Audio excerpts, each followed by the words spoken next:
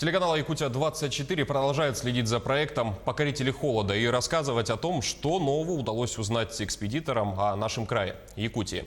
Они уже, то есть экспедиторы, начали делать свои первые замеры. Напомню, что температуру участники проекта измеряют 3 раза в день в самое холодное время. Это в 6 утра, 9 утра и в 12 дня.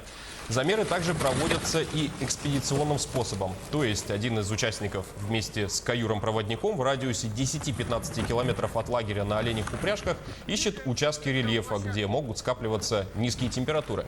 Пока самая низкая отметка в Ваймиконе составила минус 51 градус. И так как в эти дни по Якутии проходят крещенские купания, участники познакомились с человеком, который регулярно окунается в воду в экстремально низких температурах. Очень сильное впечатление для меня, как для участника экспедиции, это момент, когда мы оказались в маленьком поселке в Чурапче, когда мы двигались к нашим лагерям, к Ямиконскому, к Верхоянскому, и нас встретили местные жители, якуты, которые занимаются моржеванием. И вы знаете, когда 90-летний человек, который 50 лет, я не могу его назвать стариком, это очень бодрый такой поджарый мужчина, который 50 лет назад начал заниматься моржеванием в связи с проблемами со здоровьем.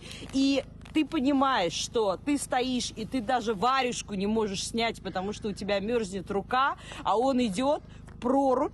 На улице примерно 45. В проруби он греется, потому что в проруби градус 2-3 тепла. Соответственно, он там находится в совершенно спокойном таком медитативном состоянии около минуты. Потом он выходит и падает в снег, что, естественно, еще более холодно.